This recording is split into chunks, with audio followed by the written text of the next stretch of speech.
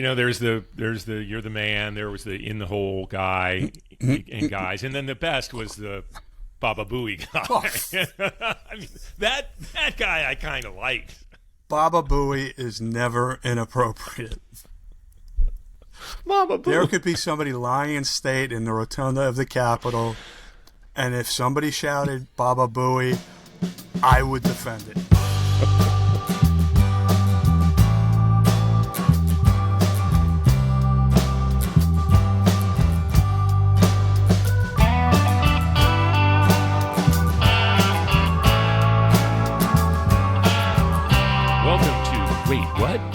SportsBiz Chat with DP and McGhee, the podcast that takes an often irreverent, sometimes cynical, and on occasion a serious look at the business of sports. I'm your co-host, David Parro. And I'm Tim McGhee. Well, Tim, I hope you had a wonderful Father's Day weekend. Maybe you got to watch some World Cup, maybe some of a rather uninspiring U.S. Open, and I don't say that only because our picks just sucked. Our guys didn't even sniff the leaderboard. But let's get the show going. Tim, what's on your mind? Well, I'd like to give out a couple of yellow cards. I'd like to give out two man of the match. The first man of the match goes to Zlatan Ibrahimović for the line of the World Cup. He was in the studio with Thierry Henry and Rebecca Lowe. Alexi Lalas was on set at a stadium. And when Rebecca Lowe said that Alexi Lalas wouldn't be with them, Thierry Henry said it worked or something to that effect. And Ibrahimović said, "You're welcome, America." There was just an article this morning in Front Office Sports about how polarizing Alexi Lalas is. I'm not a fan, but I don't hate him. Yeah. What are your thoughts on it? Well, first of all, we touched on this a little last week, but the dynamic has just been unbelievable. Now, it's been entertaining in its own right. Very uncomfortable at times because there's clearly, even though Zlatan normally laughs the things off, and Henry plays it down the middle. Zlatan has no issue kind of just going at Lalas. I think it seems fun. I kind of tune in because I'm now waiting for it. It's kind of has a little bit of that car crash thing to it. I don't know if Fox is loving that. I can't think Alexi is loving it. I don't feel strongly necessarily either way on him. But here's what we know. He's standing next to two of the most accomplished footballers to ever play the game. Mm-hmm. Like people that would rank in the greatest. In the top 10. They're in the top 10 of the greatest players of all time. Yeah. Lalas may not even be in the top 10 American players of all time. As you joked with me, I think it was you, by the way. I should remember those things you say, because so many of them are indeed funny, Tim, that he kind of rode that hairstyle he had when he played the game for a pretty long broadcasting career. I see they put up the stats. He was a defender, so it's like you didn't expect him to score at the rate that these forwards did that he's broadcasting with. But it's like his stats are like 9 goals in a million, U.S., men's national team caps. So, yeah, but again, he is a defender. You can't judge him by that. He was a very good player for the U.S. on the '94 World Cup team. But let's face it, that team, player for player, in terms of talent, that team is not nearly as good as today's squad. And he has parlayed that hairdo and that success and that popularity into a nearly 30-year career as a broadcaster. He's been with Fox over 20 years. And the criticism is his shtick has gotten old, right? He's very quick to criticize. He's very much a homer. And I think that's true, but that's not necessarily a bad thing. But I think he's put in a situation now which is analogous to being on the pitch when all three of those guys would have been at their peak. It just wouldn't be a fair fight. And the funny thing is that Henry, yes, has experience as a commentator, and I think he's very insightful. Not only does he obviously understand the game, but he is able to communicate what we as lay fans are watching. Ibrahimović is new, which is impressive. And number two, English isn't his first language. So he's very impressive in that regard, that he's doing this in his at least second, if not third language. I do think there's animosity between the two, certainly between Ibrahimović and Lalas. I think Henry is, he's as chill as can be. I totally get the idea that Fox would want to, and as you said, he's been with them for a while, to have an American, because their broadcast rights, of course, are in the U.S., in that grouping. But they're also using Clint Dempsey. They're using Landon. And maybe some others just don't have that experience in the role that they've placed Alexi Lalas in to play in that. And listen, Clint Dempsey was a great player. Landon Donovan, great player. Yes, they're not going to be on the same page of greatest players as Henry and Ibrahimović are going to be either. No. But they certainly know and understand the game as well. So I don't know. Maybe the shtick is getting a little old, and they need to think about that for the future in whatever way they cover. But this is a big moment. Listen, overall, I think everyone has to be very excited. And as a fan, I guess, as someone hoping this all went very well, I've been very impressed. The crowds have been amazing. As we talked about last week, the turnout from all the different nationalities to support teams, whether they're traveling in or just coming in to support their community and maybe supporting the U.S. team as well, has been really cool. The fan fests are starting to take off. I'm thinking the numbers are going to be really good. I haven't seen what happened through this weekend. And we have the big name stars stepping up. Yesterday, we're recording this on a Tuesday morning. Yesterday, Messi becomes the all-time leading scorer in World Cup history with an amazing two-goal performance. And then, not to be outdone, Mbappé scores 2 goals and Haaland scores 2 goals. And just, these are amazing players we're getting to witness. And Mbappé and Haaland are younger guys. They have several more World Cups to come through. I'm assuming that Kylian Mbappé will end up passing that record in fairly short time. If he stays healthy, I don't see how he doesn't. Couple things I would say is, number one, Messi at 38 still does things that only his avatar in FIFA video game can do. But he also, I've never seen such a conservation of energy. Right? He doesn't move until he absolutely has to.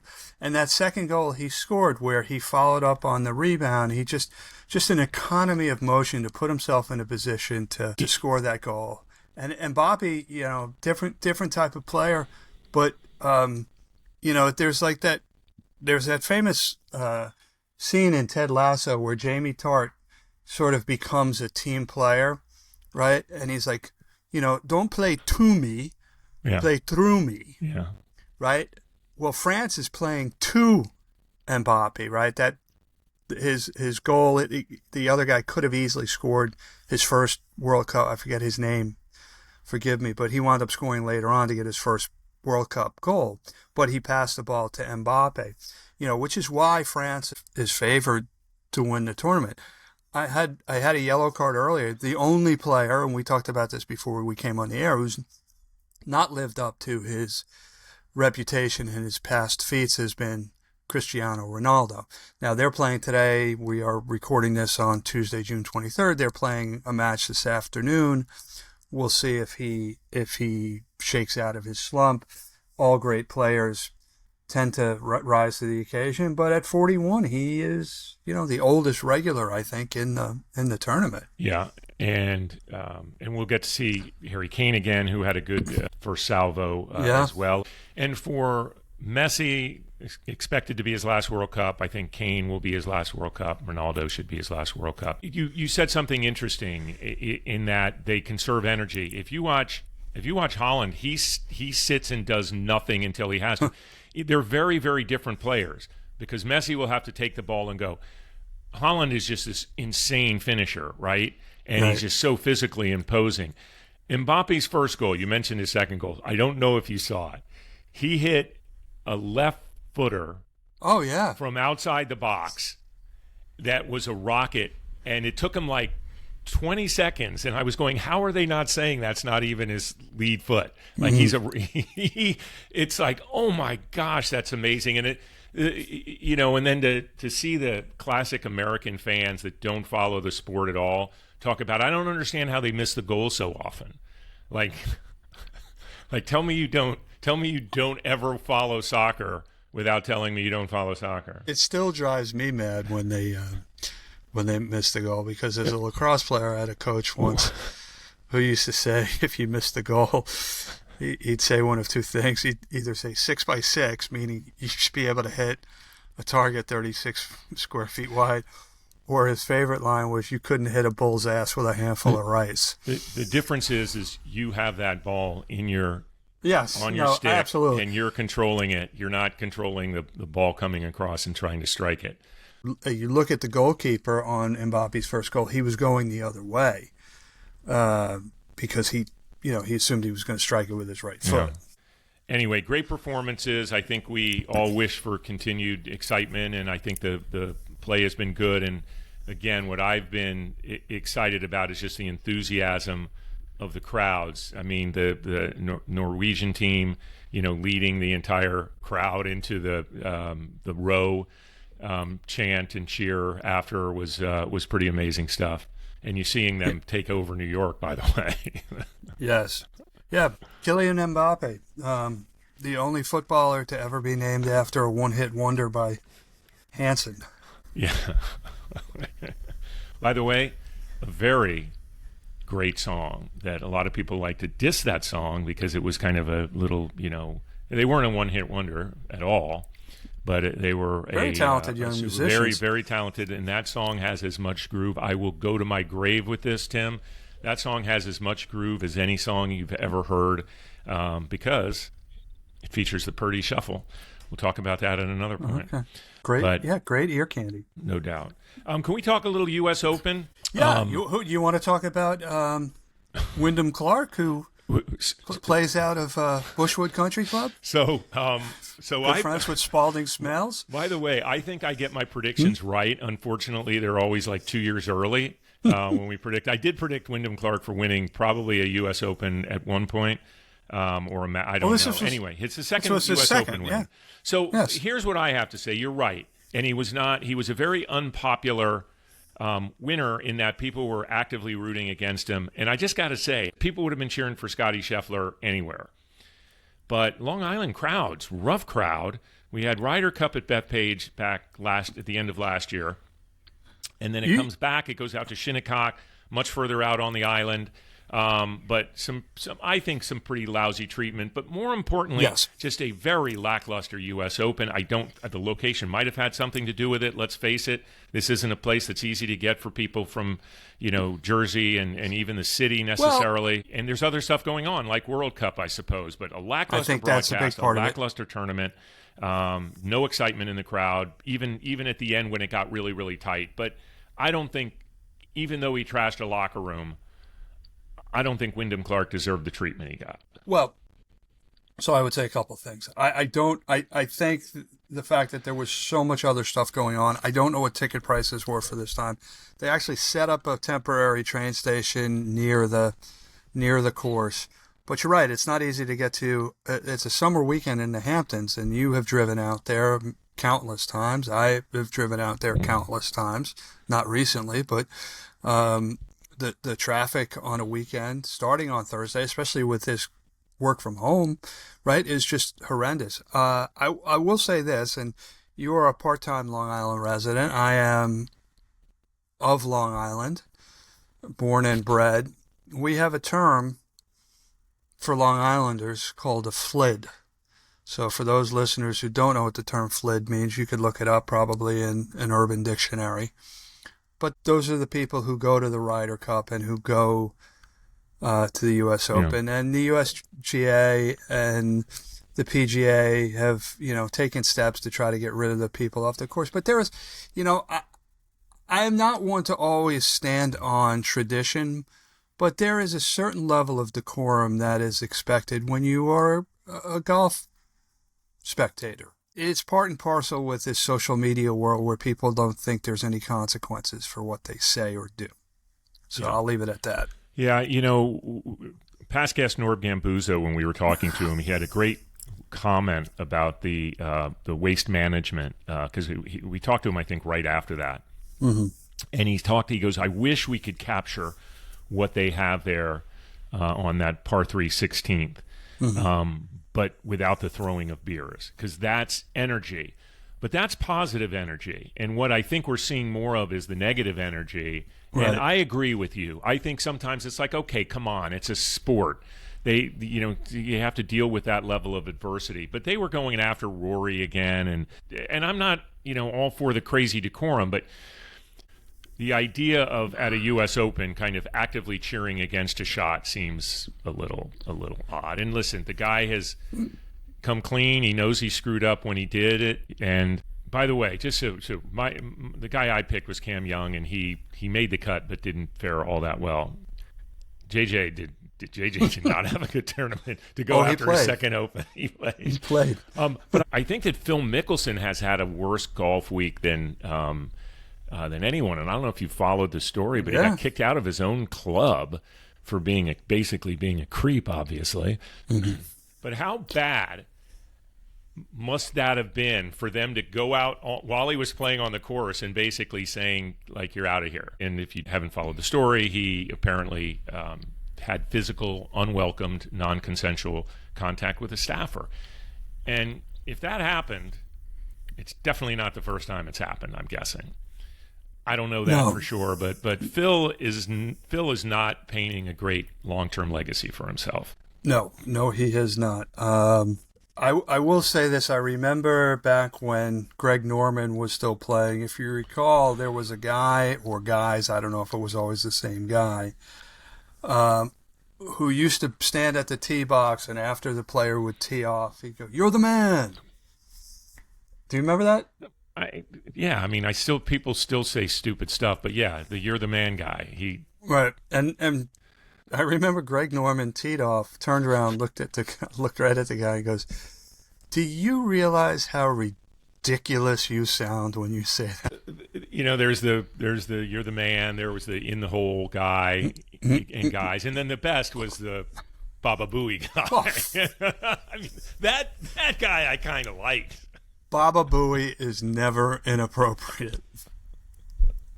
Baba Booey. There could be somebody lying in state in the rotunda of the Capitol, and if somebody shouted Baba Booey, I would defend it. And it's timeless. Record purse for the U.S. Open. There seems to be an arms war going on among the majors to keep on increasing the purse, which is great for the players. I'll say this. I think NBC has to do a much better job with this. I'm not impressed with the Dan Hicks and Kevin Kisner kind of lead team. I know Tirico comes in when he comes in. It lacked any sort of punch to me. I think the NBC, you know who I think they should hire to do the golf? Alexi Lalas. Well, we can create comparable broadcast teams for every sport, and what that match would be similar to Henry, Ibrahimović, and Lalas in every sport. Just to go full circle back to the World Cup, you know what I find really interesting is Rebecca Lowe is on loan from NBC, right, where she hosts the studio show on the Premier League broadcast, which is interesting that they, I guess obviously it's allowed in her contract, but NBC probably looks at it and goes, yeah, one of our hosts is another competing network wants her on the biggest event in the soccer calendar. That's great. We're coming up on time. I do want to give one more yellow card to these hydration breaks, or as the Australians call them, drink breaks. And I think, I won't speak for you, I am not extremely well-versed in strategy or tactics of soccer. I've become more knowledgeable over the years, but I would by no means consider myself an expert. But somebody I certainly do consider an expert, Carly Lloyd, I think hit the nail on the head when she said, what you've done is you've turned a game of two halves into a game of four quarters, which is fundamentally different football. Yep. And, I don't have a problem with Fox making as much money as they can. What I do have an issue with is messing with the integrity of the game. Yeah, I would tend to agree. I think in theory the concept made some sense given the potential for certain markets having just brutal, we're coming off of Qatar. Coming off last year's Club World Cup, where it was very hot and humid at a number of the venues. But I agree with you. It's so listen.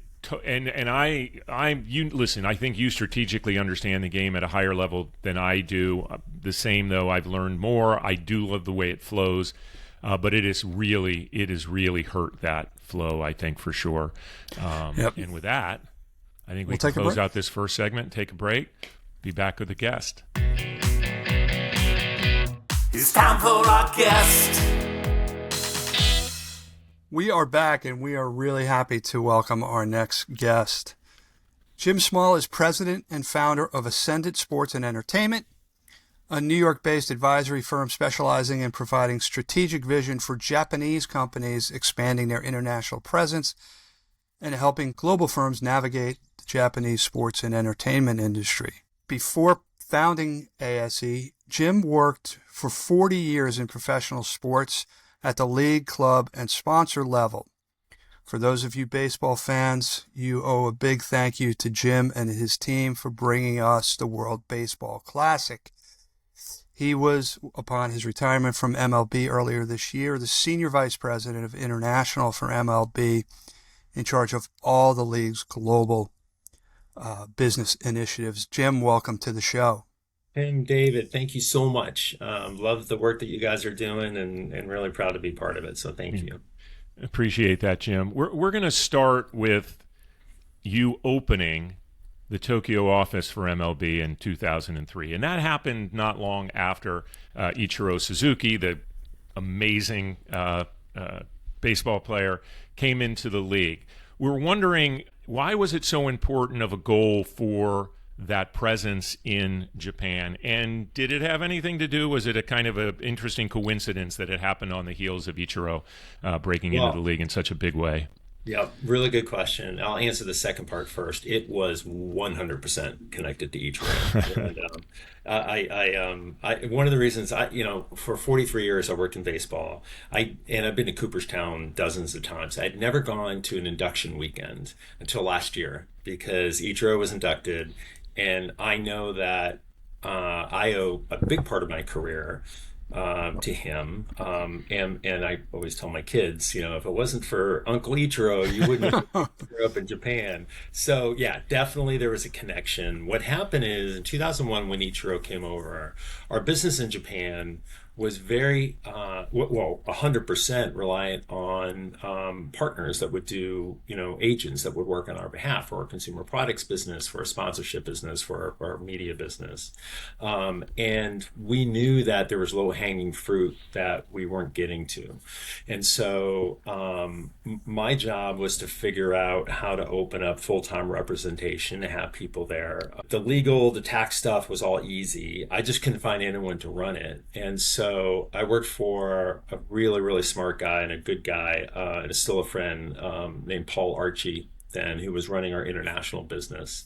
And we were flying to Switzerland for some meetings, ironically, about baseball and the Olympics, trying to keep baseball in. It was out, now it's back in again for LA. And he said, "Hey, what's up with the Japan project?" And I told him, and kind of out of the clear blue, I said, "What would you think if I did it? If I moved to Japan?" He knows my wife really well. My wife is named Michael. And he goes, "Would Michael go?" And I was like, "Yeah, I'm pretty sure." I hadn't talked to her about it. And he goes, "Yeah, if you want to go, let's work on that." So land in Switzerland, wait for Michael to wake up. Our kids are 6, 4, and 1 at this point. And reason number 500, I married over my head. Her reaction was, some degree of like, "Yep, let's go. What an adventure." And so if you ever meet her, you'll know the other 499.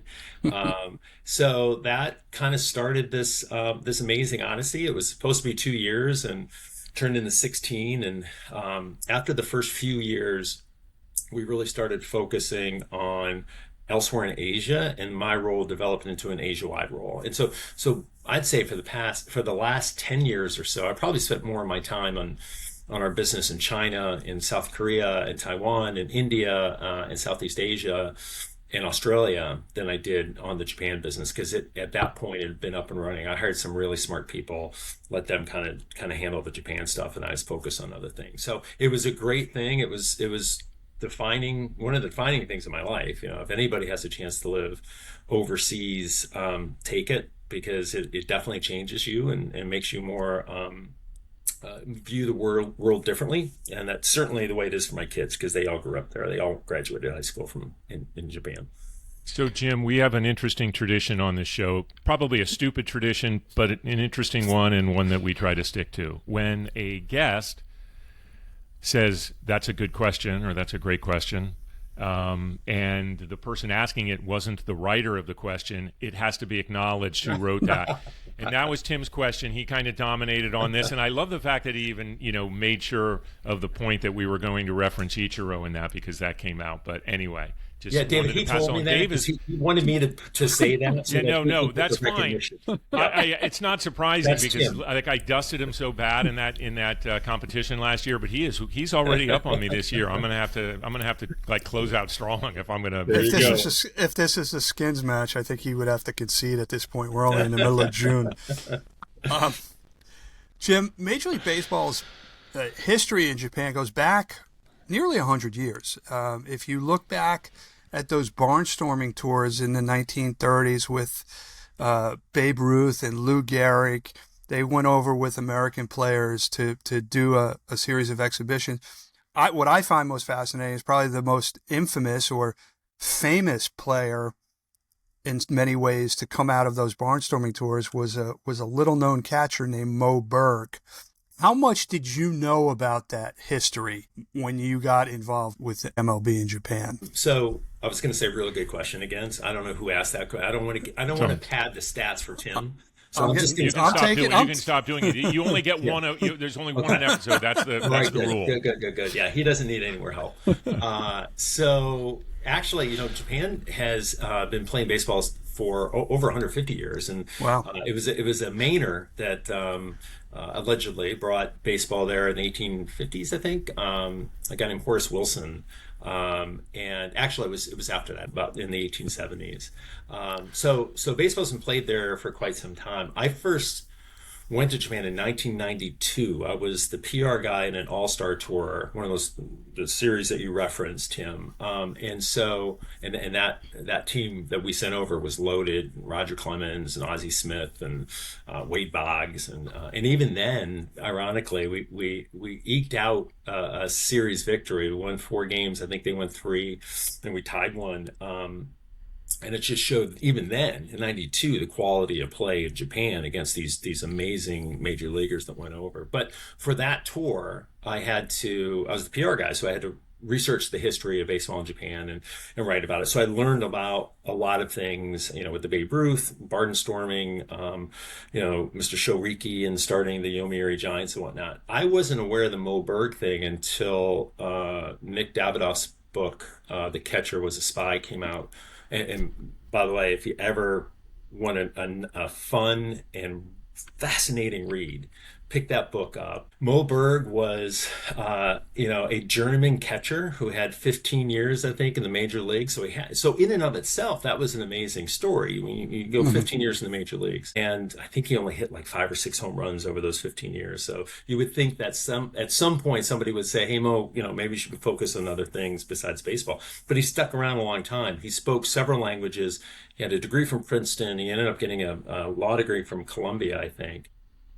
And he went on one of these tours to Japan. And there's a side note. As I said, he was a linguist expert, right? He spoke all these different languages.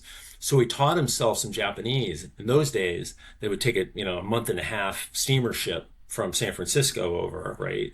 So he had plenty of time to work on his Japanese. And so the story goes that they got to Tokyo, and Babe Ruth was harassing this geisha that was serving them in a restaurant, and kind of like getting all handsy and things. So Mo Berg wrote on a slip of paper, in something called katakana, which is the phonetic language of Japanese, something. And he says, next time he does anything to you, you read this. She goes, okay, and puts it in her obi, and sure enough, Babe Ruth kind of gets all handsy again, and she pulls out the piece of paper and opens it and I won't say the exact words, but it was "F you, Babe Ruth." So he had a sense of humor. But on that trip, he ended up going to St. Luke's Hospital, which is actually still there in Tokyo, and filming. He had in one of those early cameras, right, and just showing Tokyo Harbor and Tokyo Bay and whatnot. And then once the war broke out, he actually gave that footage to the U.S. government, to help them and strategically and where to bomb Tokyo. He went on to join the OSS and amazingly was given an assignment to go to Zurich, Switzerland, to listen to a speech by this guy Heisenberg, who was the German father of the atomic program. And if he thought that they were close to the bomb, he was supposed to pull out a gun and shoot Heisenberg and then bite a cyanide pill. He didn't think they were close. By the way, if I was in that situation, I was like, oh, they don't have a bomb. Oh. But he was right. They weren't close to a bomb. So, but that connection, to your point, of Japan and the United States through baseball has been there for over 150 years. And there's a phrase, somebody in Japan once said that baseball is so perfect for the Japanese culture. If the Americans didn't invent it, we would have, because it is all about sacrifice, right? It's the timelessness. It is, my kids played baseball on a Japanese team. My oldest played for several years, and you bow when you go on the field because the field is sacred. You bow after, you bow the umpire when you go up. After the game, you bow to the other team, to the other team's coaches, to your coaches, and to your fans, right? It's just, there's so much respect, and it's the way the game, I think, should be played, and historically, very, very significant Japanese culture. Yeah. I just want to second that recommendation for the book. David, you can skip the movie with Paul Rudd. It's not very good. Agreed. 100%. But the book is outstanding. Yeah. Yep. Will do. You helped found and bring to life the World Baseball Classic in 2006. I think it's an event that anyone that even likes the game at all would say this is just an absolute. It's like it's almost emerged as its own jewel event, right? And in that we're not too far away from Major League Baseball's All-Star Game. Take us through a little of that, and mainly, did you expect it to capture what it has? Because I think I can speak for Tim on this. We were glued to it, with this last run and the Venezuela-U.S. Game to kind of close it out. It's just really a remarkably fun event. Yeah, thank you. So the WBC, like everything else that's big, there's generally not one person that's responsible, but there are a number of people that, if not for them, it never would have happened, right? And so the idea of having a true world championship of baseball had been out there a long time, right? And really started under, I think Peter Ueberroth, when he was commissioner, talked about it. But there are two guys that kind of acted on that in the late 90s. A guy named Tim Brosnan, who was running at the time international, then it ended up becoming, running all of the business for Major League Baseball. And then Paul Archie, who I mentioned earlier. And it was really, if not for them and others, Rob, Manfred, played a role, but those two were the drivers of it. And then I was very fortunate. I'd gone to Nike, and I came back in '98 and worked with Paul, because Paul was running international at that point, on the first business plan. And so we knew that all of us had been to baseball games in Caracas and Santo Domingo and Taipei and Seoul and Tokyo and Osaka and in New York and in Los Angeles and Boston, right? So when people ask us that question, and I talked to Paul about this recently, are you surprised at where the WBC is? I'm really not, because that was something that we envisioned back at the beginning, right, before there was a WBC. And then actually we saw it. Proof of concept was in 2006 when everywhere except the United States, right? We played in Japan, and it was from the beginning, from the get-go, people just embraced it. And the beauty of the World Baseball Classic, and something that we have been missing out on, is the world loves country versus country competition, even in the United States, right? I joke that, probably, unless it's your kid swimming, nobody's been to a swim meet, a professional swim meet, but everyone knows who, Michael Phelps is and Mark Spitz, right? Because they represent the country, right? And we're the only country in the world where a club versus club competition is the number one, most viewed sporting event, right? The Super Bowl.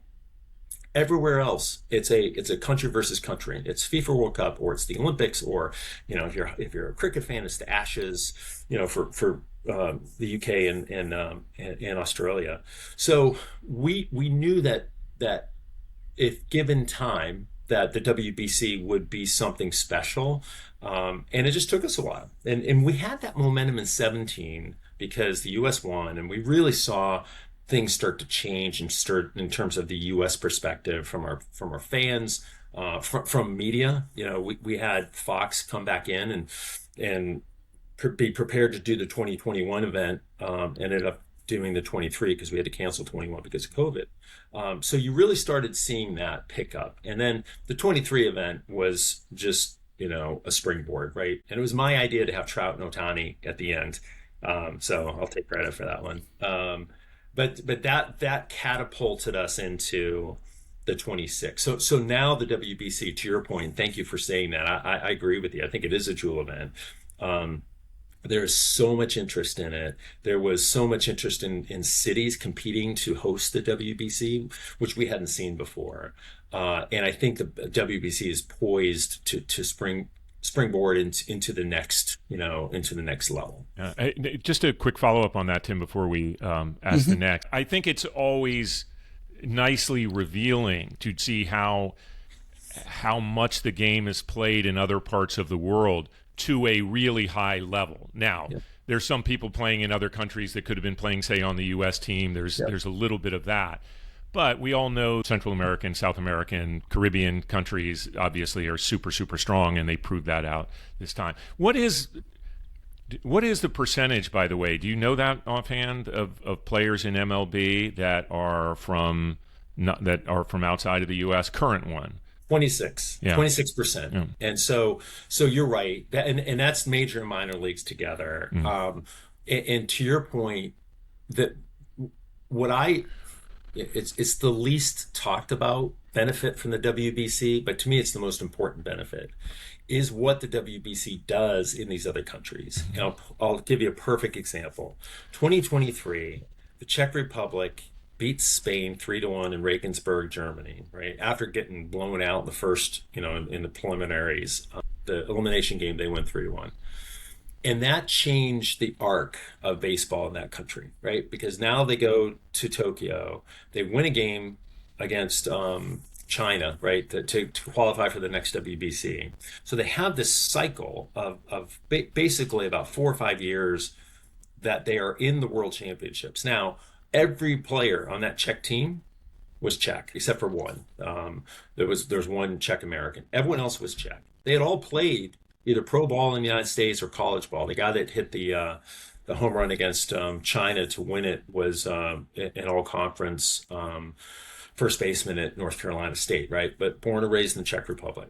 And so what happened is, by them winning and bring people in the Czech Republic, baseball is a small sport there, but people there know World Championships, right? And so they're like, oh, wait, our team is in the World Championship, right? That's cool. So it got so many benefits. More government funding, right? From the government to Czech baseball, which they're spending on getting bats and balls in kids' hands. This last tournament in 26, it was for the first time ever on terrestrial or main, over the air television. First time baseball's ever been on there. So So that is the benefit of the WBC that we're going to see in 20 years and in 25 years. There in Italy was, I think another example this year, making it to the Final Four. By the way, they didn't even qualify for the Football World Cup. But they made it to the Final Four, and some of those players were Italian, right? One of the starting pitchers pitches for the Angels, and he's from a little town, I think near Grosseto in Italy.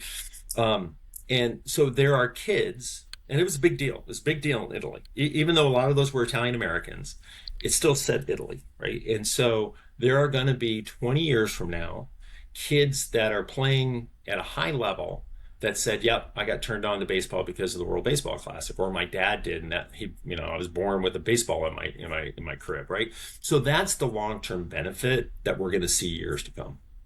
So Jim, you recently retired from Major League Baseball. Congrats. Graduated, Tim. Graduated. Sorry. Graduated on. Nearly 40 years in sports. It's not over. The next chapter is beginning. We'll talk about that in a minute. But looking back at your time with Major League Baseball, what were some of your proudest accomplishments? And follow up to that is, what were some of the biggest changes you've seen in your time with the league in the global nature of baseball? You just mentioned, the benefits of the World Baseball Classic, but would love to hear more of your thoughts on that. So I just talked to somebody about this recently. We were looking back at our careers, and we both agreed on one thing, and hopefully you guys probably agree as well in your own careers. The first year or two were, for me, spectacular, right? I was an intern with the Royals, but then that turned into a full-time job with the Cubs, and being able to, at 23 years old, travel around the National League with the Chicago Cubs was just so heady. And I'm not necessarily proud of that. That was just something an opportunity I was given, but it was the most memorable time of my career because it was all so new. And I was like, oh my gosh, this is what, like, it will be off days and I'd still go to Wrigley Field because, like, why would you not? They gave me the keys to Wrigley Field, right? So that was a really special time in terms of things that I was able to be a part of. That were really special. Obviously, building out our business in Japan was important, but I was able to work to help grow baseball and start the growth of baseball in China. Right, so we opened our first office there in 2007, and when we did, there were about, according to the government there, about 300,000 active baseball players, right? So people that play more than once a week. There's now 9 million and counting, right? And so to have been able to play a part in that growth, working closely with some really smart people that we hired and put there, and with the government there, would be a great, something I'm proud to be a part of. And then obviously the other one is the World Baseball Classic, and being able to be there from the beginning, to be able to work and be at every World Baseball Classic, and hopefully leave my imprint on it to make it better than it was. And I know this, may sound corny, working side by side with a lot of really smart people, to build it was a life's work, right? So that would be the stuff that I remember the most. How things have changed on the international side. There's no doubt the quality of play around the world is higher than it ever has been. And I look at a couple litmus tests for that. One would be spending time in Europe and going there in the early 90s. I think my first time going there for baseball was in 1992 to what was then Czechoslovakia and to a few other places. And seeing the quality of play then, there were, if you played baseball at that time, you probably weren't a good enough athlete to play soccer or basketball or track and field, right? Now, baseball is a pathway, and you're seeing places like France that are like, there are the starting third baseman for University of Arizona and the four starting pitchers in the rotation for my Kansas Jayhawks are from France, right? From the academy in Montpellier. So to see that growth of the quality of player, and then understanding that drives business, right? You can't have a business if you don't have a sport, right? That's the nature of what we do. And so that's really important. The more quality players we get, the more bats and balls we put in kids' hands, we know that will translate into a bigger business opportunity. So I think that's been the difference, is that you can go to most countries that play baseball now. I'd say at least, let's say 40 countries I could pick to say, yep, there's a guy there that could play D1 baseball or has signed a minor league contract. And that's the biggest difference. I just realized something. You were with the Cubs at a pretty cool time for the Cubs. Yeah, 1984. I have one of the most significant moments in my life as a sports fan happened when I just moved to Chicago. I was the assistant SID at DePaul, and my first day on the job, my boss, a guy, Ray Stallone, who helps us get guests all the time. I tell Ray, I said hi. I remember Ray. So Ray says, I have 2 tickets to Wrigley today. I'd never been to Wrigley. I grew up watching baseball at Veterans Stadium. I walked in and I felt like that opening scene from the Wizard of Oz when she goes out and it's all in color now. Yeah. That's how I felt. I fell in love. It was love at first sight. Yeah. I've been a Cubs fan ever since. Yeah. And it's my favorite place to be. Yeah. So that's it. And I'm sure you were there that day. So I actually think we've met, by the way, Jim, from when I was, and then because I'm sitting there going, okay, I know Jim. Anyway. Yes. I remember Ray and, I worked for Bob Ned Grimm Coletti, Ned Coletti, Sharon Panazzo, Bob Bobak was the head of PR then, but Ned is one of my closest friends, and he was in my wedding, and he was a boss that turned into a great friend, and then he had a great career as the GM of the Dodgers, and then I was just ecstatic when he accepted a position as the GM of the Italian team for the WBC. Oh, wow. Yeah. We got to work together one last time in March. So that was special for me. Well, I ended up doing, because I moved on to the sponsorship stuff and did a fair amount of stuff with Connie Kowal and John McDonough and stuff during their time there. Anyway, all right. David, before you, when you said you told Jimmy was there during a famous time, I thought you were referring to Lee Elia's outburst after the game. That was my first day in 1983 as an intern. The greatest rant of all time, in my opinion.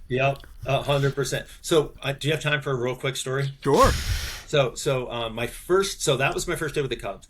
A year earlier, I started with the Royals, and my job was first day of baseball. My job was to go down and get the lineups for both teams, and a guy named Will Rudd, who was the assistant PR director, said it's just very simple.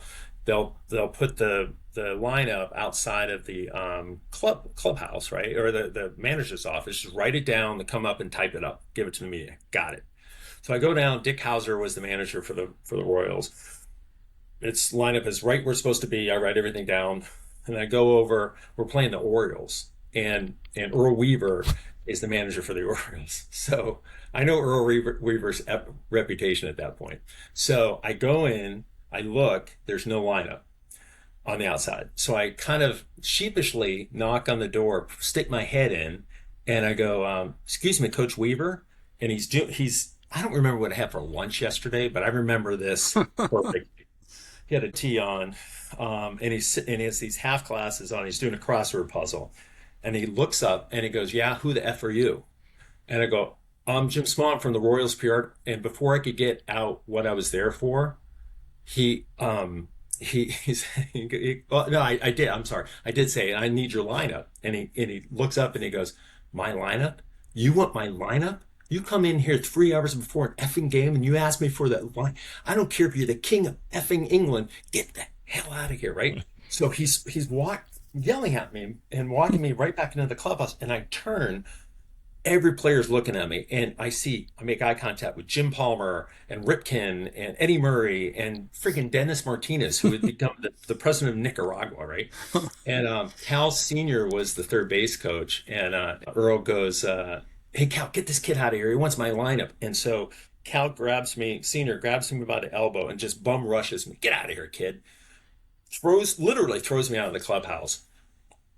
I'm 21 years old. I'm gonna like burst out crying. Door closes. There's an explosion of laughter. Door flies wide open, and Earl goes, "I'm just effing with you, kid. What do you need? Come on in." Yeah, that's classic. What I learned that day, I said, "Well, first of all, he's not coach. He's not Coach Weaver, right? He's Skip Earl. Hey, you." Hey, where's your lineup? Your lineup's supposed to be out.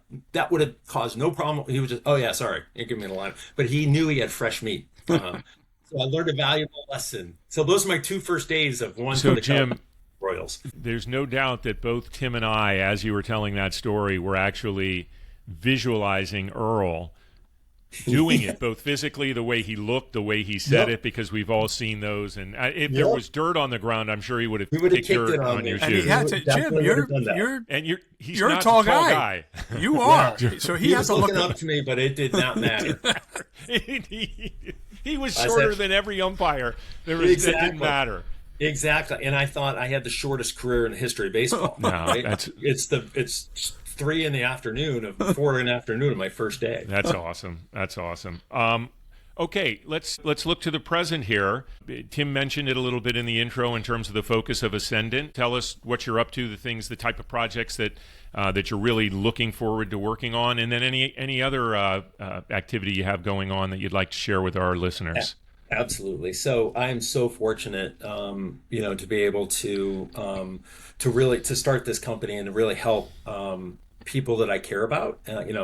One of the good things about being in this business so long, as you guys know, is you meet a lot of really cool people and you get to work with them. And so that's my goal is to help people I care about and that I want to do business with. And so the first one, everyone told me, take the summer off and then start your advising work in the fall. And it's like, yeah, that makes sense. I went comically in the other direction. I left Major League Baseball at 5:00 on May 1st. Went to Smith & Wollensky's and 6:30 signed my first client, which is a Japanese company called Yomiuri, and they're the holding company for they're a media organization, they're a sports and entertainment organization, but they also own the Tokyo Giants baseball team. And so my work with them is really to help them with the big project they have. They're going to build a $2 billion sports and entertainment facility and a new stadium for the Giants in Tokyo. So that's really exciting to help connect them with, best in practice stadiums in the United States and in Europe, and as they fact find and learn more and put that into what will be the greatest, sports facility, not only in Japan, but possibly in Asia, right? So I'll help them on that. They're looking to build out a business to sell Tokyo Giants products here in the United States, potential getting on television here. So, and again, I've worked with these guys forever. And Yomiuri in Major League Baseball, Tim, to your point earlier, have had a relationship since the 1930s. Yomiuri was the promoter of that, I think, 1936 or 1934 first tour with Babe Ruth. I did not work that event, surprisingly, in case that comes up. But they've been a partner for us for a long time. So I'm doing that. I'm also ready to. They're going to announce soon. I'll be working with a baseball team in the China League. Can't tell you which one yet because they're planning an announcement soon, but they're building out a new professional baseball league in China, and helping them, again, best practices, from a marketing perspective to the extent from baseball operations, and building out, again, the game in China. I've got some irons in the fire for potential sumo matches here in the United States, potential kind of mini league in Hawaii. So I got a lot going on. And then I'm also going to be helping out, a guy named Jeffrey Pollock. Do you know Jeffrey from the University of Massachusetts? Sure. Yeah. So founder of World Series of Poker. Exactly right. Yeah. Founder of and one of the founders of SBJ. SportsBiz Journal. SBJ, commissioner. I think he's a serial commissioner. He's really kind of led a lot of organizations. Yeah, he was at XFL for a bit. And, Yep. So working on some things with them and trying to help them out on to any way I can to kind of share the stuff that I've learned. So got a lot going on, but as long as it doesn't interfere with hitting a golf ball and catching a fish and visiting with my kids and my wife, then I'm all good. Okay.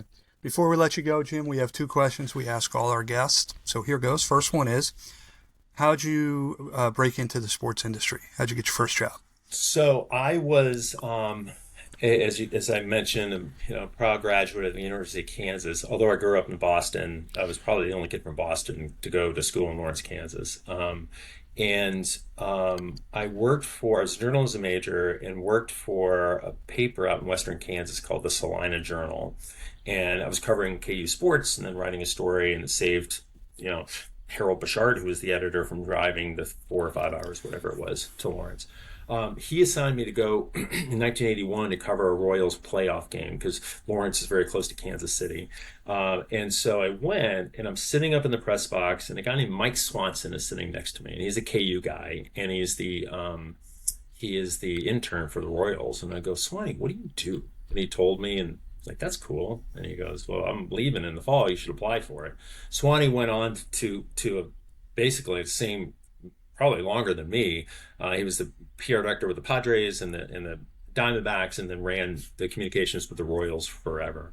I applied for that job and got it. And my first job in Kansas City literally was bottom of the barrel.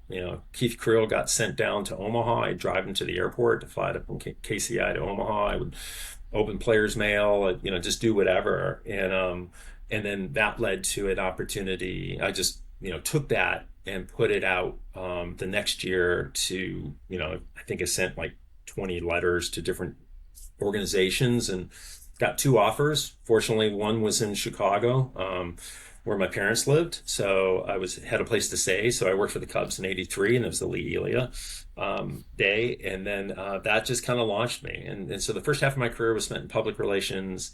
I switched midway through because I wanted to work in business development. So I got my MBA. And then the second half of my career was spent in business development. So cool. Very lucky. And the last question, what one piece of advice would you have for a young person looking to break into the sports industry? Can I give you a couple of real quick ones? Of course. Because they really are dependent on each other.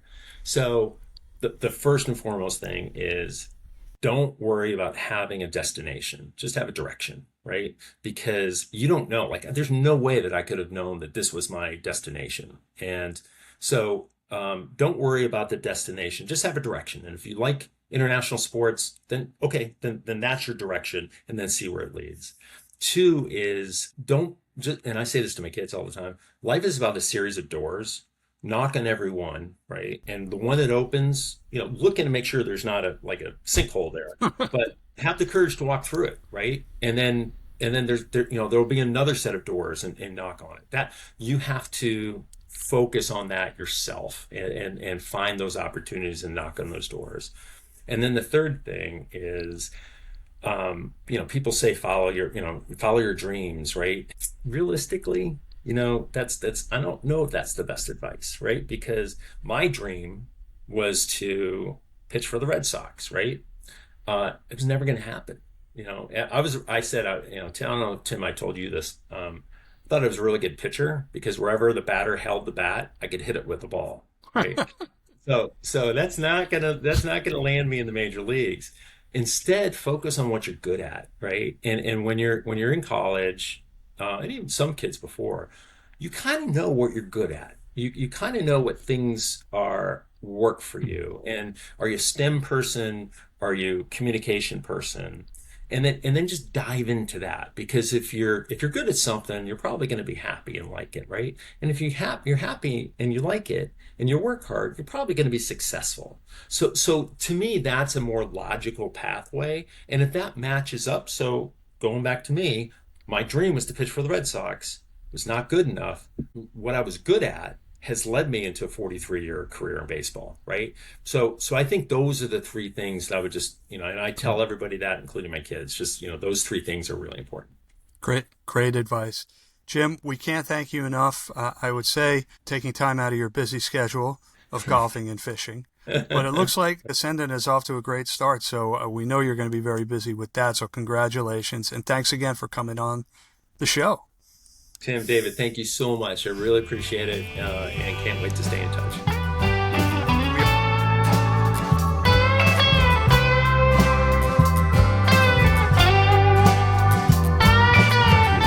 We are back again to Jim Small, formerly SVP of International at Major League Baseball, now the founder and president of Ascendant Sports and Entertainment. What a great guest, David. So now is the point in the show where we take a look forward. Shout outs, things we're looking forward to, any corrections we might have. What are you looking forward to? A couple shout outs quick. Linda Cohn, almost 34 years at ESPN, is retiring from ESPN at 66. She will go down as, I think, not only one of the greats of SportsCenter anchoring, but also because as a woman in a largely dominated by male field, will be recognized as a great pioneer to open up not just anchoring roles, but also play-by-play and things like that, as she was very active, particularly with the NHL. Blockbuster trade in the NBA that I think may shake some things up. I like to almost think that Giannis Antetokounmpo is kind of like a past guest because we mention his name and show off how we pronounce it so much. But we did have you did that very well. I did. I worked on it this time. Past guest Peter Fagan, the former president of the Bucks, we talked about his impact, and he will have a big impact going to the Heat, and how that shakes up things in the East will be an interesting story to follow. Real quick also, and I think we'll talk about it in the future, what NASCAR is doing with their street races is pretty impressive. Ben Kennedy, one of the top management folks in NASCAR now and the developer of a lot of these new ideas, is really bragging about how well the San Diego event did, with 67% of the ticket buying audience never having gone their first ticket in NASCAR. I find that a little hard to believe, I'll be honest, but apparently fans from all 50 states represented and multiple countries. So they have something going with this. The race was pretty interesting. SVG did not win because he got involved in a wreck, but I do want to say that my favorite former F1 driver, Kevin Magnussen, who I got to work with quite a bit, he was in this race racing on with SVG's team for Trackhouse on their Project 91. And this is a really cool thing that they're doing, and I think very smart for the sport, where someone comes in and drives that 91 car, which SVG, I think, was the original person to run it, that might have some good fortune at some of these type of races. Kevin is a F1 driver. He did fairly well, but he got into a massive incident with a regular, Noah Gragson, and they got into a huge fight. And for anyone that is a fan of Drive to Survive, they may recognize or may remember the famous Kevin Magnussen, Nico Hulkenberg, where he says, "Suck my mate" to Nico Hulkenberg. Well, he got in a massive face-to-face FU bout with Noah. I think Kevin was in the right on this because Noah was riding him the entire race, and Kevin finally punted him. It's NASCAR. Shit happens like that. So I'm psyched about Kevin showing up in NASCAR and racing like a NASCAR driver should. Just to close that out before I get to my stuff, it looks like Chicago street race might be back on the schedule next year. Yeah, just a different weekend. Yeah. Hopefully better weather. Yeah. So I've got three things. They're all interrelated. They all have to do with the Knicks. Number one, I'm looking forward to the NBA draft. We'll see if Cameron Boozer goes number one or whether it's another one of the great players in this draft, A.J. Debinsa, Darius Acuff Jr. from Arkansas, Patterson from Kansas. But it's going to be great.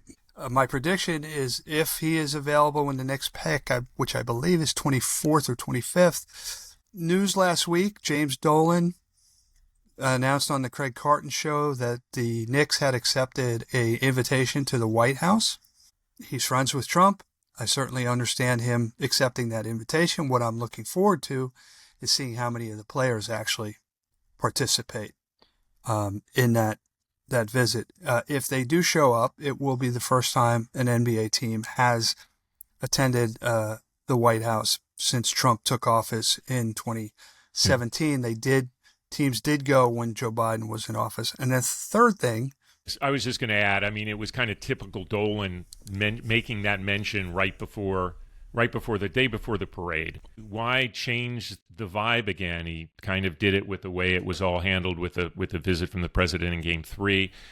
Anyway, I just thought that was a little weird that he felt the need to do it. But the parade ended up, I know a lot of the outsiders are saying the parade was just, like a big problem. This city is so overjoyed by that Knicks win. So yeah, he made a jerk of himself when he made comments to the audience at City Hall too. So I mean, you can use whatever animal sort of fable you want, right? You can talk about the leopard in its spots. You can talk about the tortoise and the scorpion crossing the river. He is what he is. Which leads me into my last point, which is there is a class action suit against Madison Square Garden. Apparently, personal information of over 20 million people was released on the dark web, apparently or allegedly because of the biometric and scanning techniques that the Garden uses when people enter to go to a Knicks game or other events at the venue. You'll recall there was a point in the not too distant past where they used facial recognition to ban lawyers who happen to be working for law firms that had litigation against the Garden. So I am a Knicks fan. I am not a Jim Dolan fan. Yeah, well, at least it seems like they can now spot Charles Oakley and maybe allow him in the building again. So hopefully we're over that. He was welcome drama. with open arms in San Antonio. Yeah, he was. All right, so that's it. That's a wrap on show 159, David? 160. 160, wow. Like round numbers. So thank you to our guest again, Jim Small. Thank you to you, David. Most of all, thank you to our listeners. If you like what you hear, smash that like button, subscribe, follow, share. We are available wherever podcasts are offered, and you can always find us on dpandmcgee.com. Until next time, he's DP, I'm McGhee, and we'll talk soon.